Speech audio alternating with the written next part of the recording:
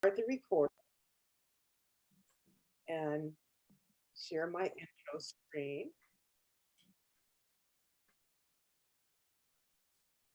And try to admit people while I do that.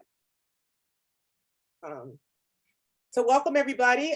My name is Olivia Hereford. I'm one of the regional directors for employer engagement for the Bay Area Community College Consortium, and my focus is on the ICT digital media sector.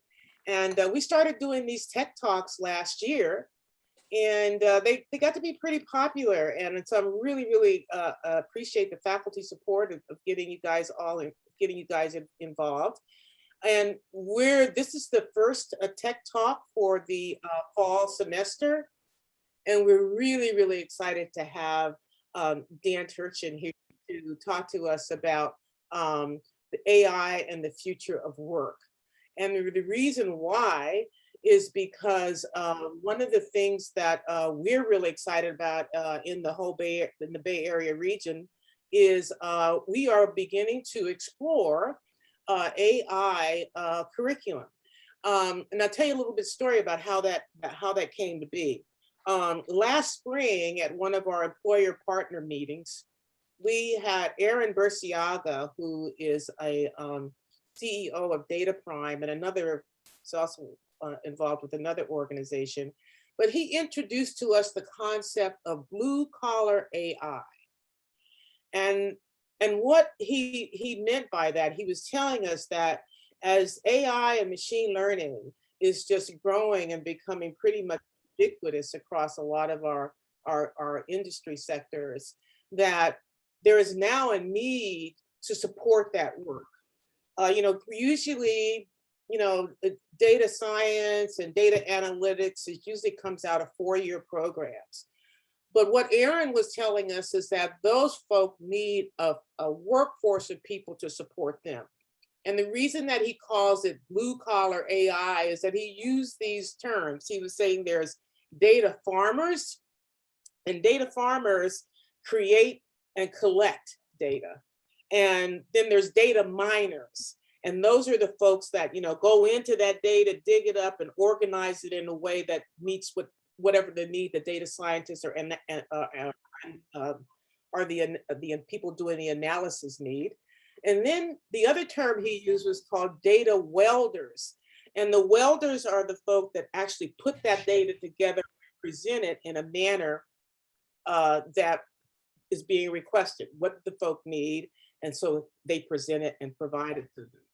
And we have already in some of our programs, classes with, like Tableau, that we can begin to put together some certificates or programs that prepare people for those types of jobs. Then the next great thing happened. We were introduced to Intel, and Intel has this program called AI for the Workforce. And they have been collaborating with a community college in Arizona, Maricopa College, and they have actually put together an AS degree in AI. And the intent of this degree is to prepare those kind prepare folk for those kind of jobs that you can either go into the industry working in AI and ML, or you can transfer and go to a 4-year and continue to get the get the training and the classes and the bachelor's degree that will get you into data science and data analytics. So we're really excited about it. We have Foothill, Evergreen College, and Ohlone College are the 3 colleges so far that are collaborating with us in AI. This curriculum is wonderful. You can either just insert it into existing curriculum if you just want an introduction to the area, or there's actually certificates that can be created, or you can do the full-blown AS degree. So we're really excited about that. We're going to have another partner meeting in December to continue to give feedback on the curriculum and the types of jobs. And so anyway, when Dan turned up as a Tech Talk speaker, I said, great, it seems like the universe is all working in order for us here. So it's really pretty exciting. So these, I just want to let you know why we're kicking off with AI. And here's the next the schedule so far. In 2 weeks, Next Gen Cyber Talent is going to come back, and they're going to be talking about the SIM tools that they've been training intern candidates on.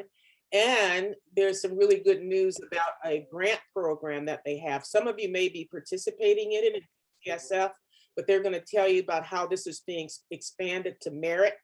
And bottom line, if you're a cybersecurity student, and if you complete a course with a B or better that's on the way to a certificate or your AS degree, they'll pay you $350 as an incentive to keep going. So we're really excited about it, and you'll learn more about that on the 4th. And then Dawn Simmons, who is into the service, she's a ServiceNow consultant, but she does IT service management, and that's now the buzz now too. So we're going to bring her in to talk a little bit about that.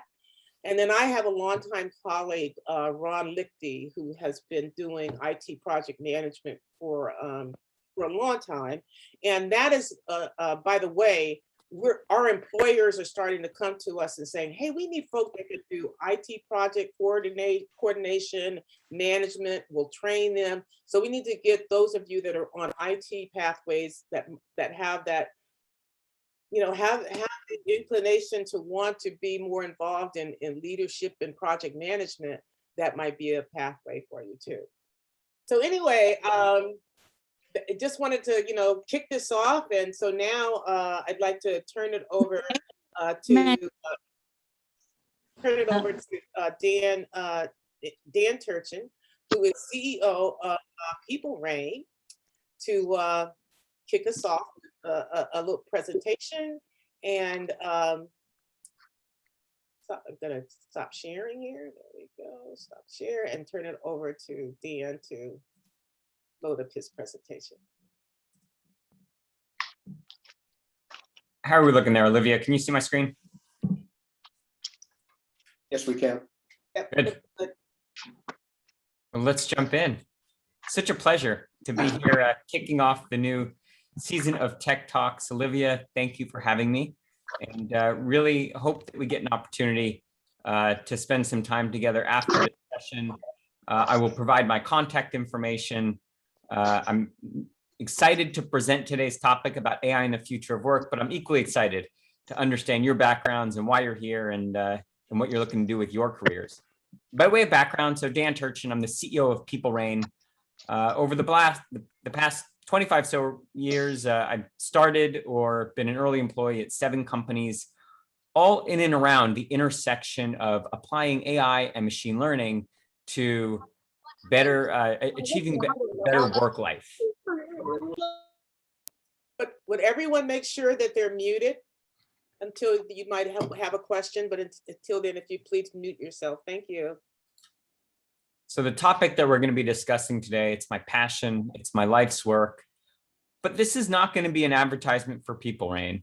I will mention at the top of the show, PeopleReign is an AI-first system of intelligence for IT and HR employee service.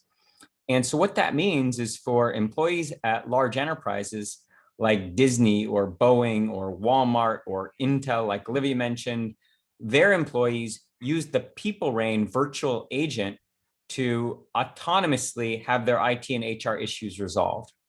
And the key point I want to make up front, and I will reiterate throughout the talk, is that I want you to think about AI less as artificial intelligence as more as augmented intelligence, because really the state of technology and the way that responsible vendors like PeopleReign are using AI is to augment the capabilities of humans. In fact, the name of our company is no coincidence.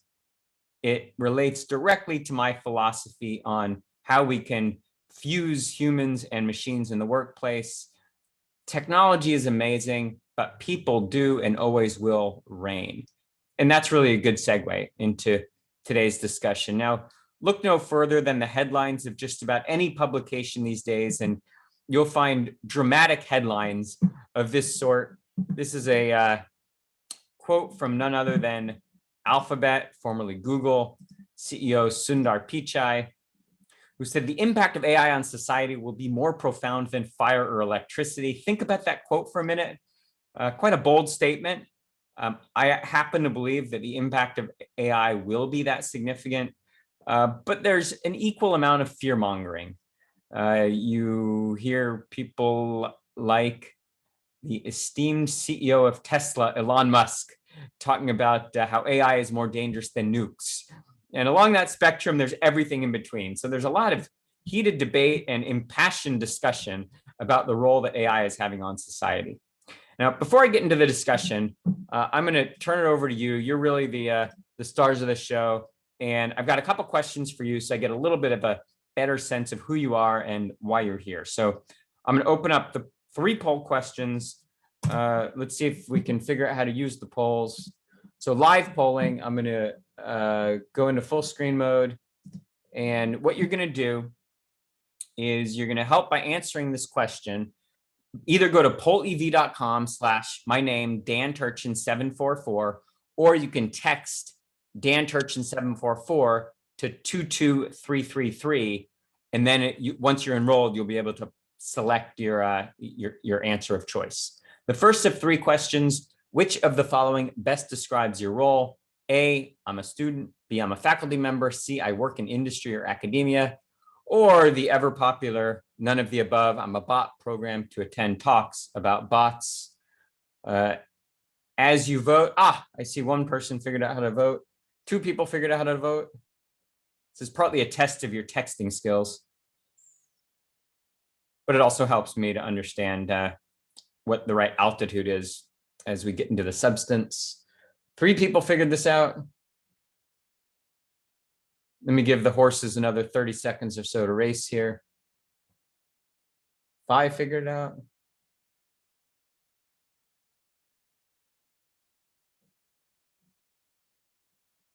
Give another 15 seconds, then I'll close this poll and open up the next one. And thank you for your feedback. Okay, it looks like we might have plateaued. It looks like most of the audience is students. Kind of what I thought, but good to know. I'm going to open up the second of 3 polls. Go ahead and activate that and go into presentation mode. Same process here. What are you hoping to learn from today's session? Is it A, what skills I need to work alongside AI, how AI is impacting jobs, C, the current state of AI technology, or D, just needed to get that 11th Zoom meeting on the calendar? I think this is my 12th. So I got you one up if you're a D.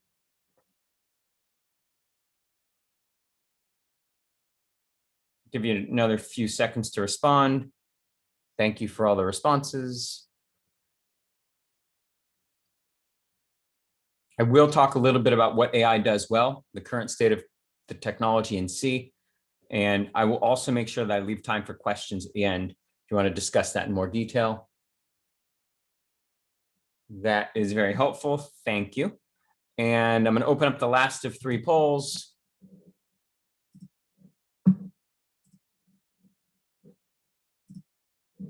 And the third question: which of the following best describes your attitude toward artificial intelligence? A, it's scary. Bots are taking over the world. Skynet up ahead. B, I'm intrigued. It could be dangerous, but it could also help people.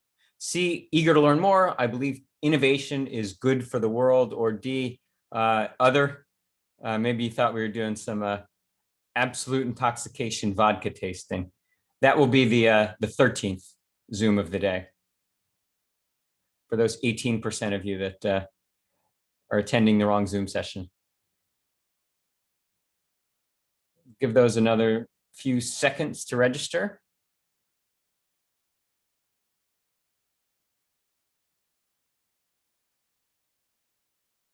That's helpful. We'll probably mostly live in that B-C zone in terms of the tone of my comments. And again, we'll leave time for questions if anything needs a little bit more detail. Okay, very helpful. Thank you. I'm going to go ahead and close out the polls. Go back to the slides. And I will take into account your feedback as we move forward.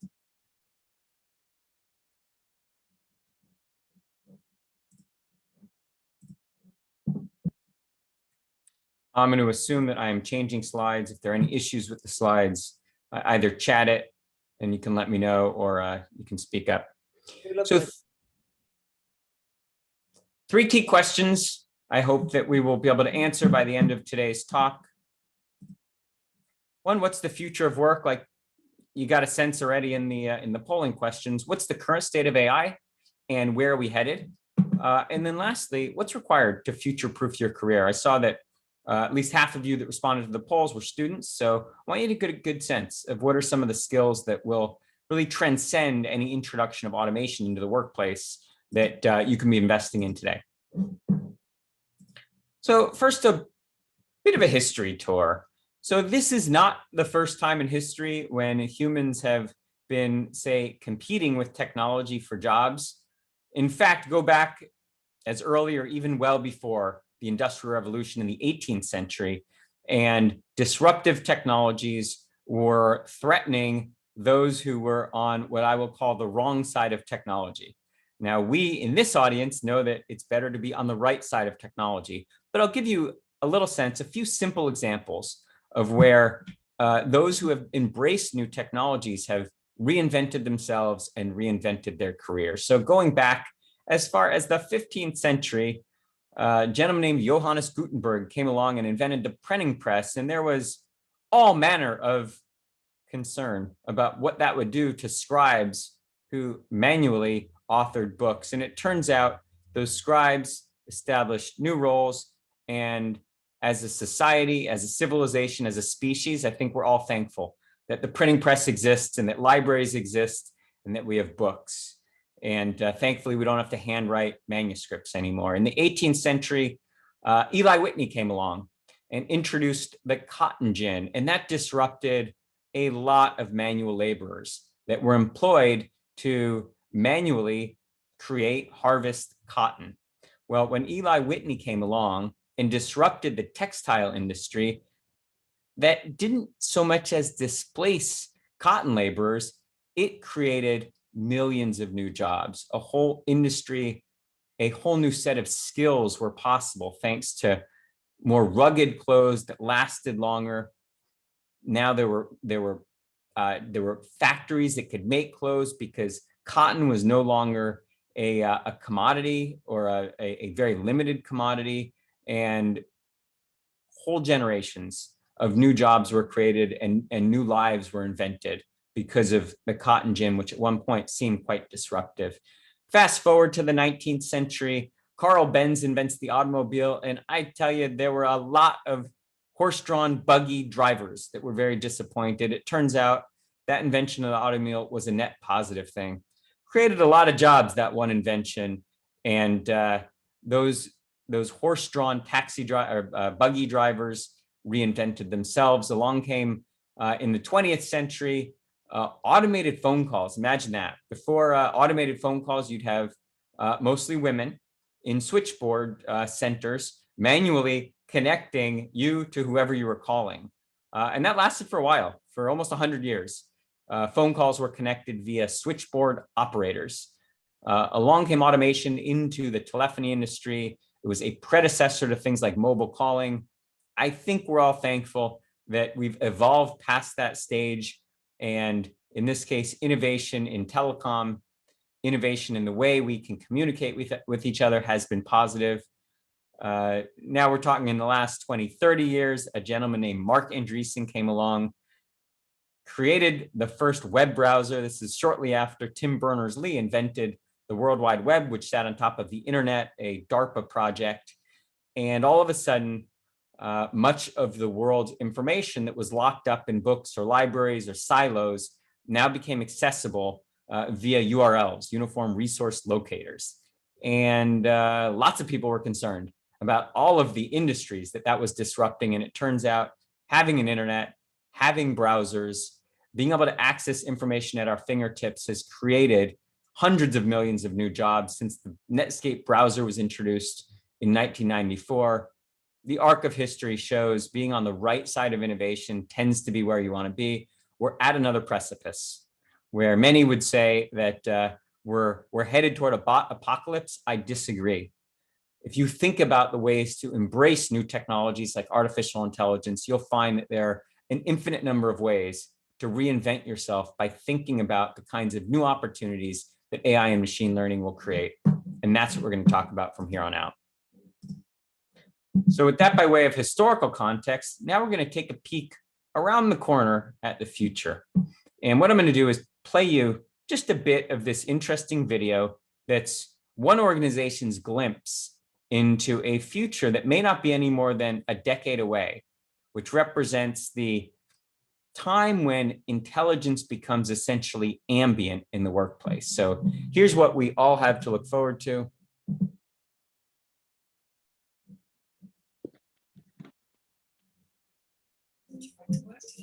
The office. What's the weather like today? The temperature is 18 degrees with a 57% chance of rain. Are you ready to start your day? Give me 10 minutes. Okay. How would you like to get there? I'll walk. Do you want to ride? No, I'm good. Thank you. Careful, Amy. Obstacle ahead. Nearly there. Good time, Amy. Good morning, Amy. Welcome to JLL. You have one message from William Douglas. Okay, thanks. Thank you. Your first meeting is at 10:30. Please proceed to the elevators. Have a good day. Thank you. Lisa is in today. Lunch. Good for me. Invite sent. Have you seen the latest report? No. I'm going to pause that. That's a cruel tease. I'd be happy to send out the full link. What we're looking at in that video is a time when, hold on a second, let me just go back to full screen. There we go. A time when we as employees will no longer need to go to the information. It will come to us. And what I mean by that, apologies, is that when intelligence is ambient, your environment will know you. And so when you walk into your place of work, it will know things like what's on your schedule that day and who are you meeting with, so I can determine how big a meeting room you need. And if I'm having a meeting with Olivia, it will make sure that Olivia's Wi-Fi access is provisioned in advance. And if I walk into a conference room and I need to print, it'll automatically configure the printer for me. All of these things that tend to generate friction between employees and whether it's IT systems or HR systems, et cetera, all of that will be autonomously configured for us. Now, we're not there quite yet today. We can use things like virtual agents to autonomously resolve issues once we announce that they're issues. But this is the future, a world where sensor data is omnipresent and automated systems are continuously learning to be able to deliver almost like concierge services to us. That's the future of work. And I promise you that that future of work requires a whole lot of smart humans to maintain it and to feed these kinds of innovative technologies and provide these kinds of innovative services. So think about what it looks like to be human in a world where the workplace is that intelligent. That's what I want you to take away today, is what role you're going to play in accelerating this future of work.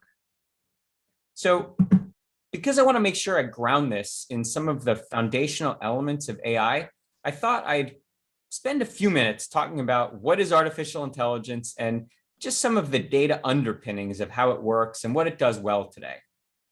Now, specifically, the most simple way of thinking about artificial intelligence, again, less so about the artificial part and more about how it's augmenting humans. It's really applying math and stats. I'm sure a lot of you are taking some of the required math and stats courses to data on a continuous basis. That's the machine learning part. It gets smarter all the time because it's ingesting new data. So in terms of a cycle, so you're looking at data being fed to create models. This is an oversimplification, but just in broad terms, those AI models are used to perform various kinds of tasks, prediction tasks, recommendation tasks, conversation tasks, et cetera.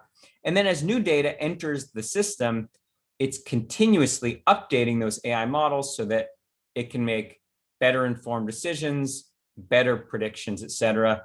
A lot of the foundational principles that we use today in the field of artificial intelligence go back a couple hundred years to Thomas Bayes, a gentleman whose theorem, the Bayes theorem, essentially talks about how to look at historical data to be able to predict the probability of future events occurring.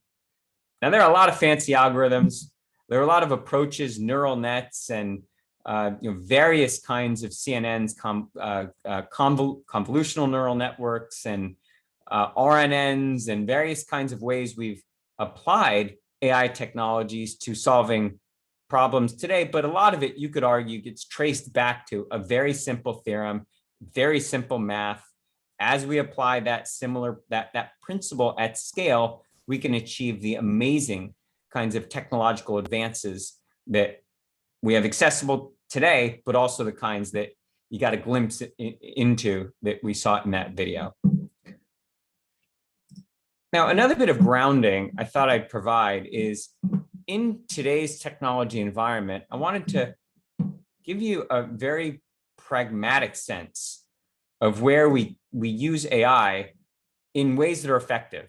So again, this is explicitly to demonstrate that this is not science fiction and this is not the bot apocalypse, okay? These machine learning algorithms, these AI systems explicitly need humans to be able to train them, to be able to apply them in ways that are ethical, to be able to integrate them with other systems.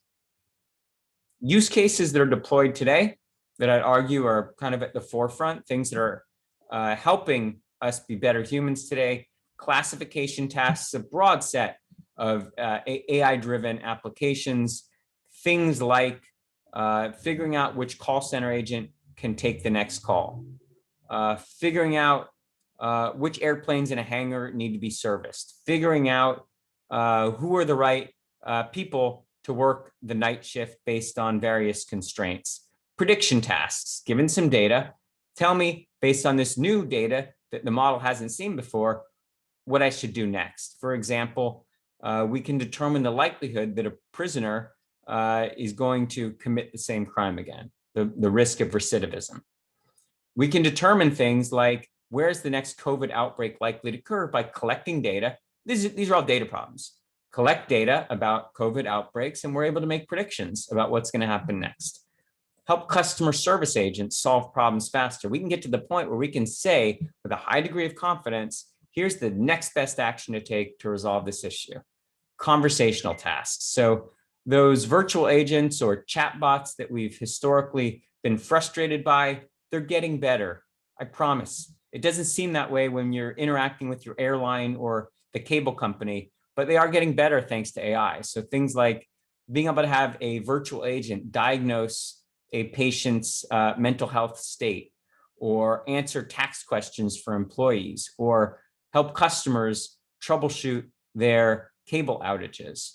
Machine vision tasks, these are probably the ones that we're most familiar with, but a great example of where AI, through primarily the application of deep neural nets, many layered neural networks that iteratively solve problems looking pixel by pixel, they're able to determine things like, what's a dog from what's a cat?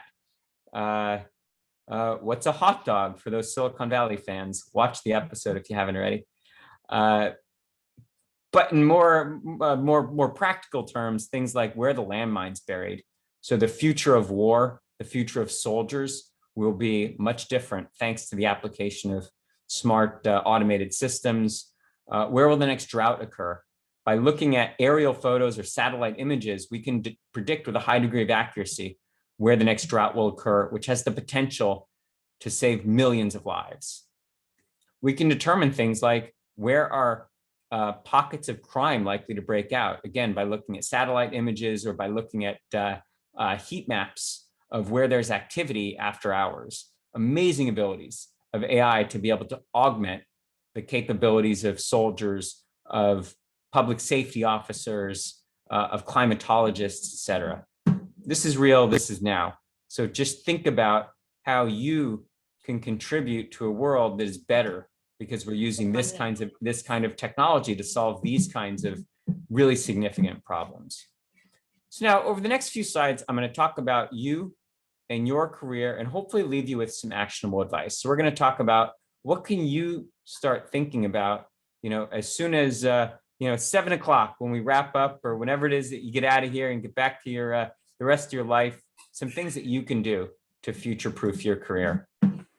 Now, here's a quote that I often reflect on. I think this rings true, and I take this to be very positive. What can be predicted is better left to machines, but you know what? What requires judgment or empathy is and always will be better left to humans. There will always be a need for us. We will always be needed to guide how technology is used, to optimize how technology is used, and to really drive that innovation. AI in and of itself, augmented intelligence, is waiting for smart humans to really give it a hard problem to solve. And I hope that some of those in this audience today are the ones who are going to be out there solving those problems and taking advantage of the new technologies that are available to us.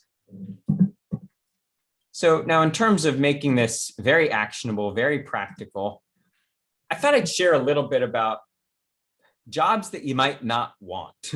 So in terms of attributes of professions that are likely to be automated away, they tend to fit one of at least 3 criteria, at least when we talk about jobs that are good candidates for the intervention via robots. They're either one of the 3 Ds. They're dull, they're dirty, or they're dangerous. Examples, candidates that even today, here we sit in 2021, already are in the process of being disrupted. Things like stockbrokers, it's now very easy to place trades. There's an infinite amount of information to guide our decision-making. Real estate agents, if you haven't yet purchased a home or rented a property, you probably will soon, and you'll find that there's so much of the paperwork, so much of the research that can be automated. Those are relatively dull jobs. They're relatively repetitive. Oil rig maintenance, pretty dangerous. That's not someplace that we want humans to be if we can avoid it. It's a much safer job for robots. Harvesting produce, backbreaking labor. There's a lot more skilled work that humans can be doing. And wouldn't it be nice if humans were inventing and guiding machines that could harvest produce much more safely? Mine detonation, I don't know about you. I don't want to be the one in the minefield with a metal detector trying to figure out where the mines are. Really good job, really good, dangerous, and dirty job for a robot. So if you thought about one of those careers, I'd encourage you to maybe think twice. Maybe there are some jobs that better utilize skills that are innately human, that frankly will pay better and be in great demand in the future. And these aren't them. So skills that transcend place and time. So if you think about what skills you should be investing in now, whether you're in college or or going back to work or looking at upskilling for the next decade, things that are timeless: judgment, empathy, creativity. Even as we might have heard stories about the OpenAI GPT-3 large language learning model. That's a mouthful. Try saying that 10 times fast. GPT-3 is an incredible piece of technology. Given historical or pieces of writing, it can generate similar pieces of writing. You feed it Shakespeare, it will write the next Shakespeare play. You feed it copy from today's news, it'll feed you related articles. It's an amazing piece of technology. But in and of itself, we're not going to rely on AI to be able to generate the next great work of Shakespeare or of any kind of art, because all it's going to do is pattern match and replicate what it's seen. We still rely on people to be creative, to have those big ideas that change the world. Mentorship. AI and AI-related technologies will never be great at demonstrating empathy or coaching or teaching or leading. Being compassionate. That's something that is quite unique to the human experience. Only humans can improve their emotional intelligence. Machines may at some point seem like they're intelligent, but it is artificial intelligence, and it's only as intelligent as the humans that have trained them allowed them to be. So some ideas of careers that will be growing, that will be essential, that will really take best advantage of that fusion of humans and machines are things like trainers of conversational AI. I've got a slide about this next, but in brief, as we embrace voice technologies more, what you're going to find is a whole generation of employees, of workers are going to be needed to help synthesize, train, make use of these conversational AI technologies. Labeling data, I mentioned that AI at its core is really a data challenge.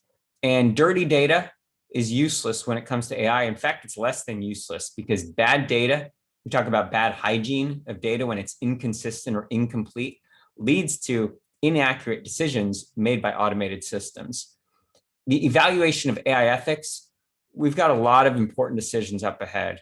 For example, the insurance industry is really grappling with who is to blame if a self-driving car hits a passenger. There are really societal level decisions that need to be made about the ethics of when and how to use AI. The legal profession is going to change dramatically. This will be a full-time employment act for anyone in any kind of a legislative role. Maintaining all the robots. So there's going to be the steady introduction of new automation technologies into the workplace, and someone's going to need to know how those operate, how to train them, how to maintain them, what they should do, what they shouldn't do. Machine supervision. So a whole new generation of factories is going to require a whole new generation of really smart people to manage them, to manage their output, to manage their quality. Automation governance, again, we haven't even started thinking about how to govern a society that consists of a hopefully harmonious fusion of humans working alongside machines. There was a famous example recently of an AI, an artificial intelligence, being granted a patent in Australia. And that generated a whole lot of new questions. It wasn't, in fact, the inventor of the AI technology that was granted the patent. It was, in fact, the AI that was granted the patent, which caused a lot of us in the community to ask a lot of important questions about what does it mean to be human in an age where increasingly routine tasks are being automated, but it's still an age where humans are essential to be able to introduce those new technologies. Lastly, data privacy. So a whole new field will be spawned by looking at how we maintain privacy, how we maintain security, integrity of your data. So one of the questions we're going to increasingly be asking is, who owns your data and what can they do with it? And as we come up with answers to those questions, things like CCPA, the California Consumer Protection Act, and GDPR in Europe, those are going to keep being kind of relitigated as we answer new questions with new provide new answers to those questions. Fields that are going to be disrupted or continue to be disrupted, everything that you could think of, including these 7, the legal field, the judicial field, healthcare, education, insurance, public safety, manufacturing. I would go so far as to say in the next 30 years, through the introduction of these new technologies, our society will change more than it has in the past 300 years, both in terms of the introduction of new jobs, the dire need for smart humans to be engaged in these new jobs. This is all about upside. This is all about opportunity. And the sooner we as a society embrace these new opportunities and believe that we're actually responsible and capable for being the ones to disrupt these fields, the better off everyone's going to be, and certainly the better off you'll be. And, as far as I'm concerned, where you all sit, probably mostly in the cradle of technology innovation in Silicon Valley, you're in the catbird seat, right? You got the golden ticket. It's really, it's an opportunity, it's an obligation for all of us to really be part of shepherding the rest of the world into this new future of work.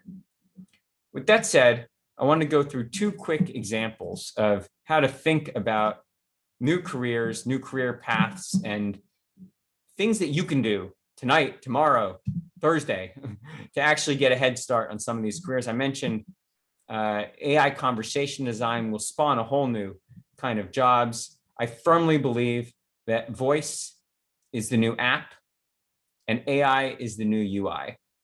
So increasingly, all of the technologies that we use to get our jobs done, work, play, etc., will have a voice interface. And what you'll find is that as an aging population, oftentimes, a population that is reluctant to use technology, as they increasingly rely upon voice technologies, voice assistants for healthcare, to order medications, to interact with their families, to order goods and services, groceries, etc., what you're going to find is there's going to be a massive need for a new generation of people who can help that older generation use, integrate, make good use of these virtual agent technologies, these voice assistants. So whether that's installing them, maintaining them, training them, making sure that they don't go rogue. With great power comes great responsibility. As you know, that puck sitting in your kitchen has an incredible amount of power today.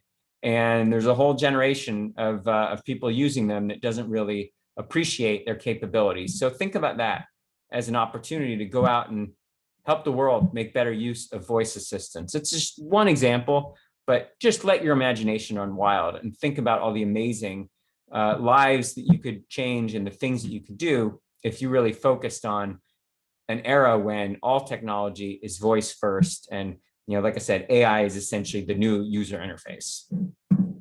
So second example I'll talk through. So what does it look like to help with configuring those voice assistants? I was talking about that a little bit in the last slide. In addition, another key category of role is designing the conversations that these voice assistants have with, potentially this population that is wary of what they might be able to do. So think about the psychology of someone interacting with, a Google Assistant, an Alexa device, etc. Think about every word of every dialogue. How do I ask? How do I train it? What do I expect it to respond with? Is it interactive? Is it a one-shot dialogue?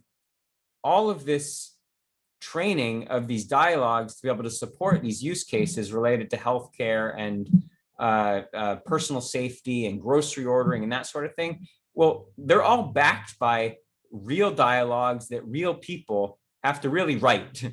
And that requires creativity and an understanding of human psychology. And that level of intuition is something that will never be built into an AI system. So whether you think about kind of introducing voice assistant technology into homes and workplaces, or being the one on the back end who's responsible for introducing these dialogues and making these capabilities accessible and intuitive for their users, either way, I'd argue these present massive opportunities for you to go out and think today about, when you're enrolling in the next set of courses for next semester or quarter, how can I think ahead to when I'm graduating and there's going to be a massive need for some of these new skills? What are the skills that I could be investing in today that will help me be a leader in these fields that may not even really exist today, but they will when you graduate, and they certainly will in the next 5 to 10 years.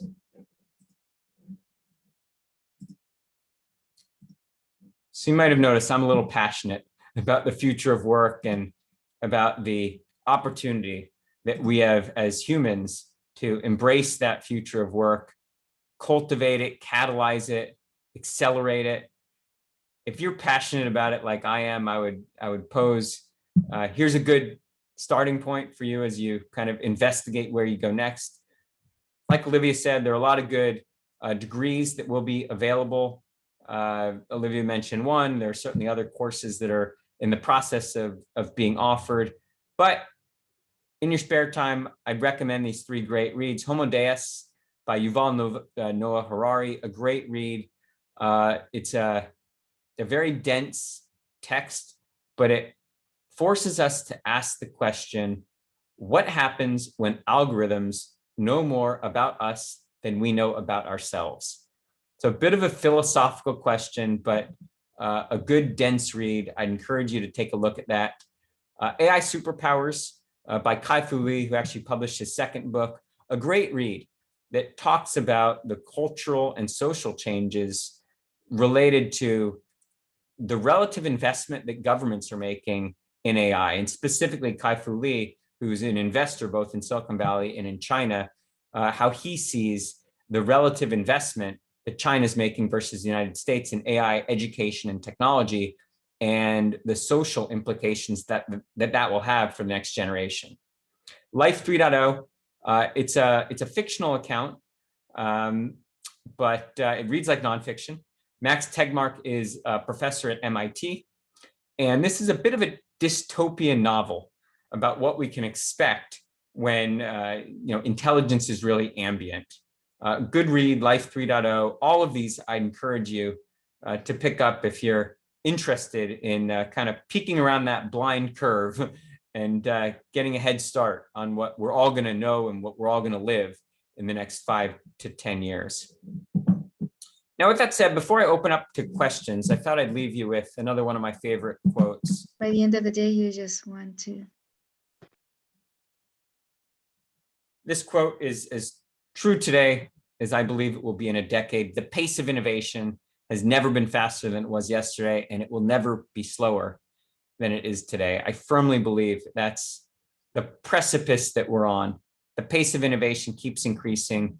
Be the one that embraces that pace of innovation. Don't be the Luddite in the Industrial Revolution fearing what technology may do to your current career.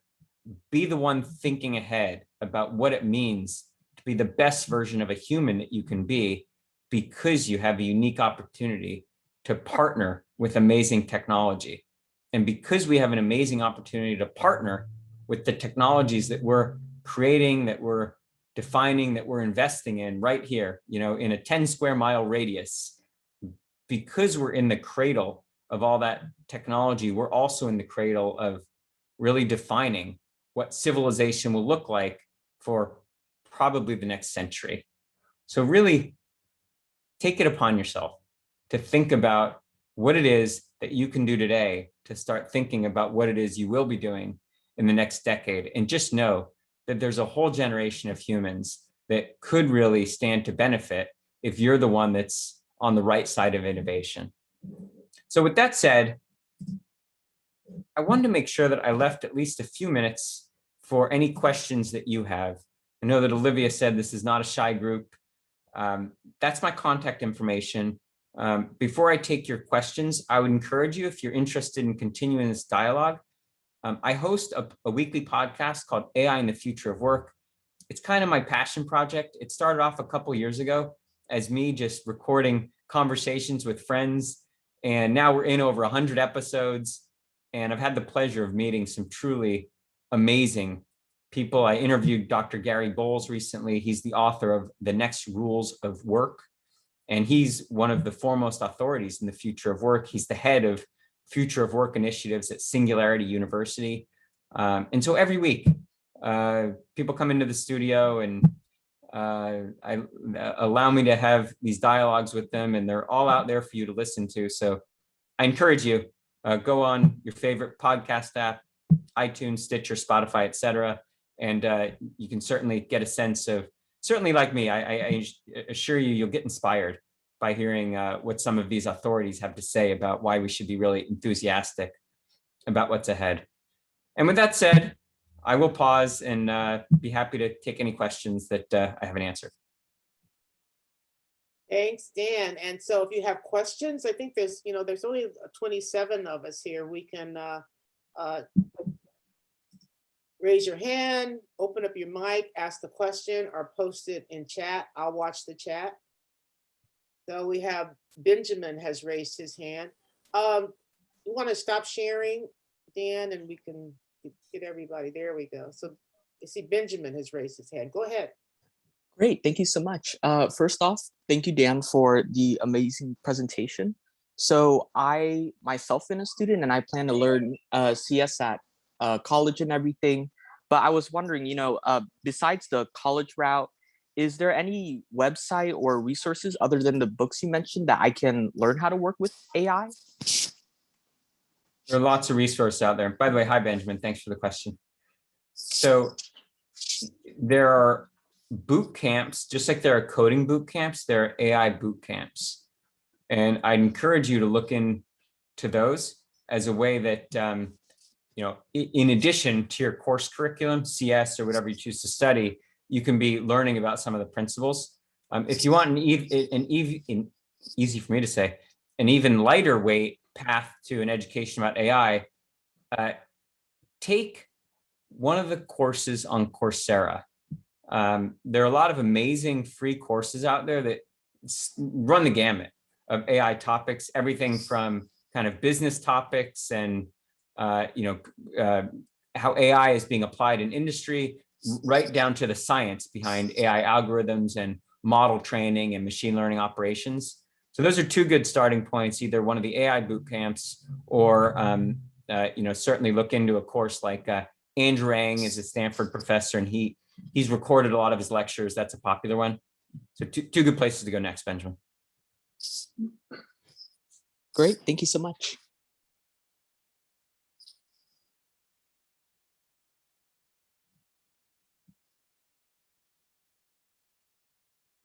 Feel free to put questions in the chat if you're shy. Steve, got your hand up. Hi there. Hello, my name is Steve Nelson. I'm an employment and training specialist at City College of San Francisco, working with the computer science and IT departments. And my question is, you were talking about these new jobs that are going to arise around training the AIs and training the conversational ability of these chatbots, whatever you want to call them. And I was wondering, how much of the skill of sort of conversational intuition and spontaneous ability to communicate, how much of those kinds of public speaking skills, debating skills, those kinds of things, that sort of verbal communication intelligence and responsiveness, how much of that is going to be part of the qualities that make up those jobs? Yeah, good question, Steve. So those innately human skills are the ones that are required to be designing conversations. It's more of a psychology exercise than it is a technology exercise. The fact is the technology tools to develop these conversations for bots are very straightforward. What's hard is figuring out what to say, what tone to use to say it in, and how to understand when the bot is not being helpful. So there's a whole field of research and a whole field of technology related to what we call sentiment analysis.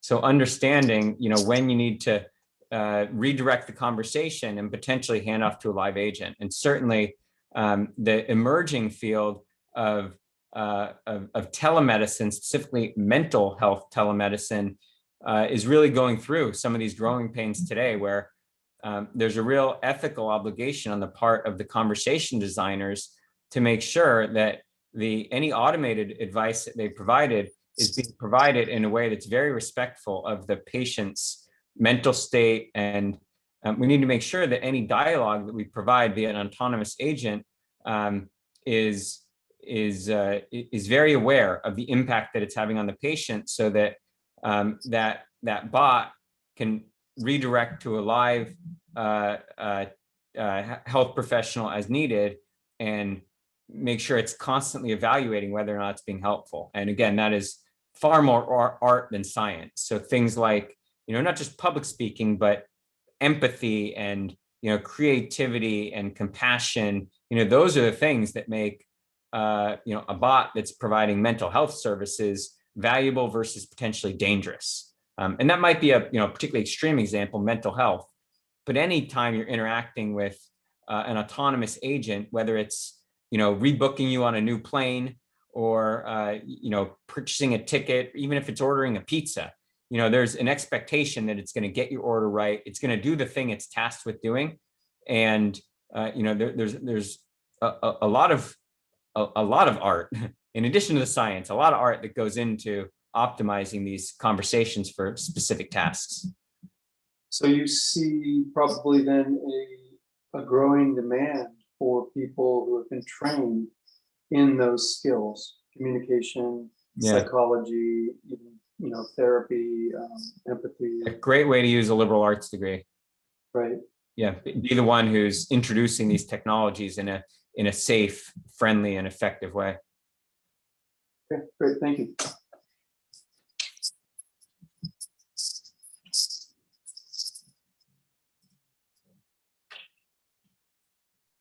Olivia, I see a question from Carol. Is it okay if I take that one? Yeah, please. There you go. Yeah, so Carol's question, what about privacy? How do you address that with this technology? It's one of the foremost principles of exercising responsible AI, is making sure that any data that contains PII, personally identifiable information, is treated in confidence. And when I talk about an era where potentially big tech owns our data and is able to decide what to do with it, it's increasingly important. And again, this will spawn a whole new fields of monitoring how personally identifiable information, how the security of it is maintained by whoever gets a copy of it. So I'm a firm believer that you own your data. We as consumers own our data. And it's incumbent on anyone that stores a copy of that data to embrace the principles of responsible AI. And that requires a lot of smart people, not designing algorithms, but thinking through the rules that govern how and where my data is stored, how it can be used, making sure it's transparent. When it's used, I need to know about it. And equally important, it's explainable.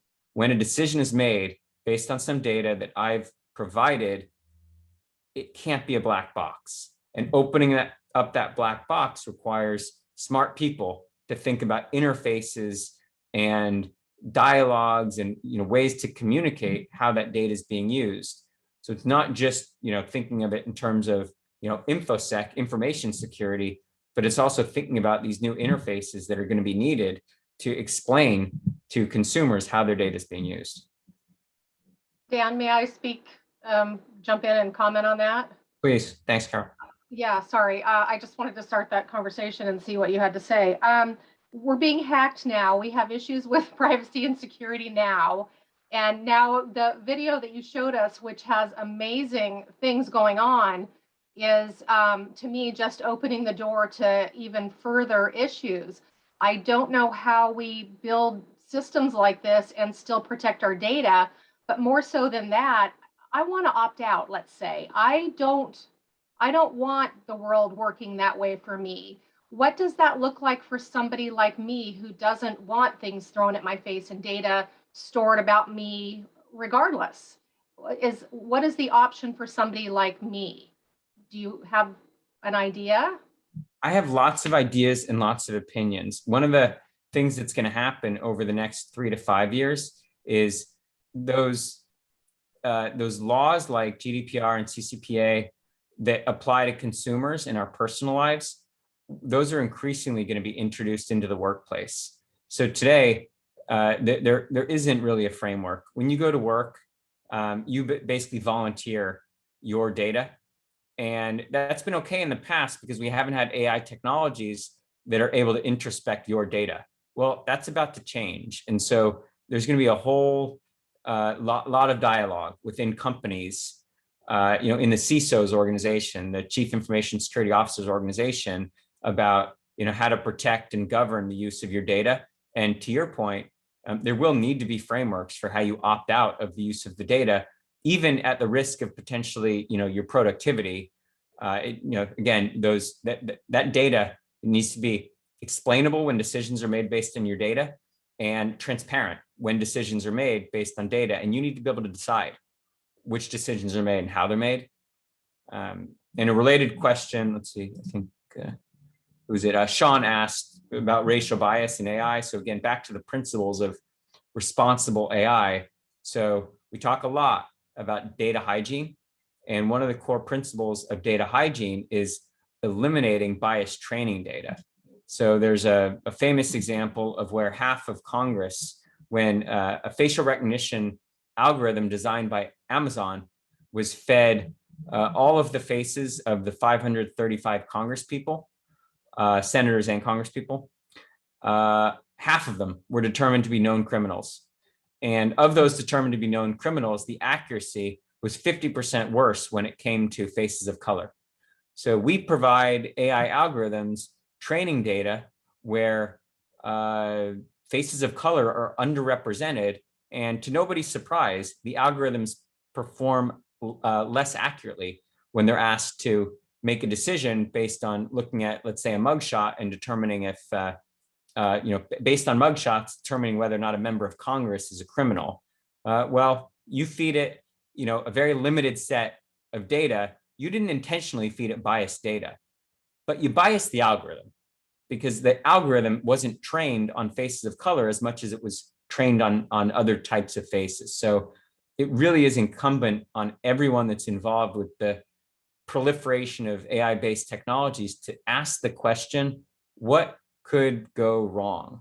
And as we start to ask that question, we quickly start to see places where the data may not be overtly biased. It's not that anyone has bad intentions, but when we rely on an AI-based system, on an algorithm to be trained on data that doesn't reflect the kinds of decisions that we expect it to make, we inadvertently introduce bias into the process. So, again, a whole set of careers to think about is how to investigate training data for potential ways that biased decisions could be introduced. Very important topic.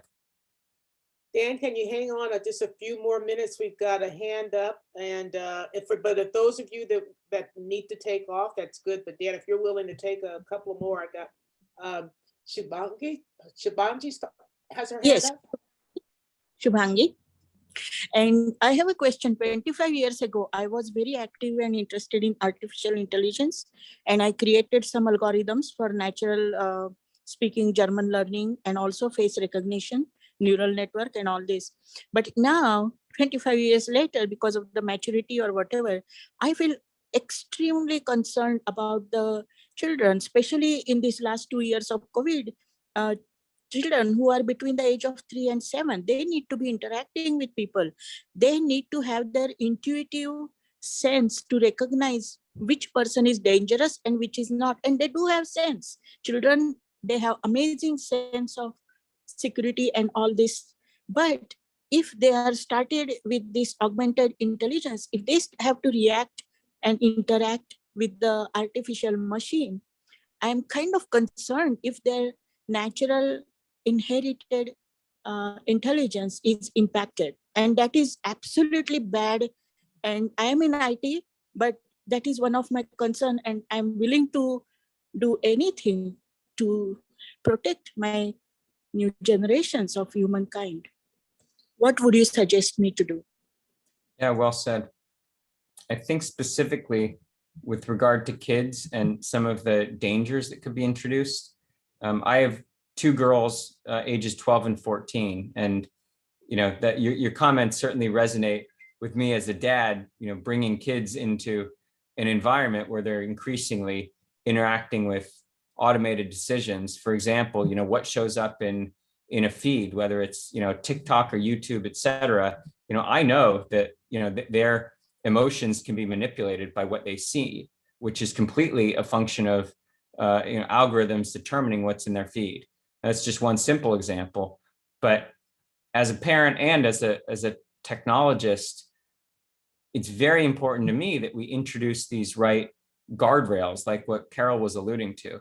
So I think, as a parent, I'm very disappointed currently in the ways that the places where these decisions are being automated and could potentially have harm on kids like my daughters, how they're being exposed to parents. I think it's very convoluted to figure out those privacy controls. And I do share the same concern. I'm also optimistic though, because I think that is going to happen more. It's going to be easier to, these systems will be regulated. I think there will be federal frameworks that regulate how transparent these automated decisions are, specifically when they target kids. But I also think that a whole generation of kids will benefit, particularly kids in, let's say, emerging markets or technologies that don't have the benefit of the classroom learning or books or a lot of the things that our kids have today. I'm enthusiastic about the opportunity for kids in those countries without the same resources to have access to technology that can certainly eliminate some of the disadvantage that they have. So while there are risks to kids, I think there are opportunities also to expose kids to not just technology, but to education and information, and expose a whole new generation of kids that would otherwise be disadvantaged to the advantages that we have in the Western world. So I just want to make sure that as much as we share and look to mitigate the potential downside of the technology, that we also embrace it in ways that could be really positive for kids in other situations. And many of the jobs that will be created is mainly for intelligent people. But everybody may not be born with intelligence. What about them? I'd argue that, in the slide I shared about jobs that are dull, dirty, and dangerous, in many cases, like I mentioned, soldiers in a minefield or laborers, harvesting produce, they will still be needed, but the technology will augment them in such a way that their job will be safer and hopefully higher paying. And as long as they embrace, the need to interface with technology, I'd argue it doesn't require, a high IQ per se, but it does, require thinking differently about those roles. And I think, those same jobs will be safer, hopefully higher paying, hopefully there will even be more of those jobs needed. So, again, I do take the positive side on how these technologies will be used, but I don't think they necessarily require, I don't think there's going to be a bias for people with a college degree, as long as we introduce the technologies in ways that are accessible to everyone. Yeah, and my question seemed to be against AI. It is not. I'm just concerned how we can help the community. For example, now it used to be when I came to US 30 years ago, there used to be 6 or 10 trailers, and now there are only 1 or 2 tailors. So we are advancing in technology, but we need to do something to advance in the human field also, as couple other as the other person, I don't remember the name, he talked about. So the artistic sense, the interactions, and all these, we have to have some growth going with technology along with that. And may I talk to you sometime individually on this, and if I could help on something? Please. I told you I wouldn't plug my company PeopleReign, but we are hiring, and certainly anyone who's interested in learning about how AI is applied in the real world. I shared my contact information. I will also share my slides, but please do follow up with me direct. Thank you. You bet. And Olivia, I know we're gonna be short on time. I don't want to abuse the. We'll take one more. We got one in the chat. I see JC. Yeah. Hi, JC, and you're welcome. Is it safe to say most customer service chats are now AI, and next level is to sense your emotion? That's a good read. To say most, I think is an overstatement. I would say most customer service interactions are assisted by AI, but oftentimes it's in the form of telling the live agent what to do, or helping live agents be more productive. For example, certain technologies can help one live agent support 5 chat-based conversations in parallel by making recommendations and semi-automating the conversation. I don't think it's the dominant form of customer interaction today that they're fully automated. I do agree that that introduction of sentiment analysis is happening rapidly. So your interactions with automated agents will become more fluent, and you'll find more often than not the handoff from a virtual agent to a live agent will become more seamless because of that sentiment detection. So it's only going to get better. It's only going to get more adopted. Every organization in customer service that's not already using some form of AI to improve the experience, the customer service experience, is behind the curve. But I'd say we're still probably 3 to 5 years away from the point where you'd expect any customer service agent to be fully automated. So, Dan, thank you so much. And do us one more favor before we close the call, is put that last slide up with your contact information.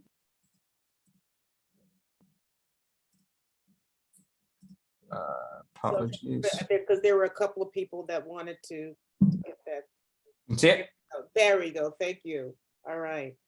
So I just wanted to make, a couple of you wanted to stay in contact with Dan. Here's how you can do it. And those podcasts really look interesting. I'm definitely going to check those out. So anyway, thank you everyone for hanging out for another extra 15 minutes. I really appreciate it. And it was a really lively talk. And Dan, thank you so much.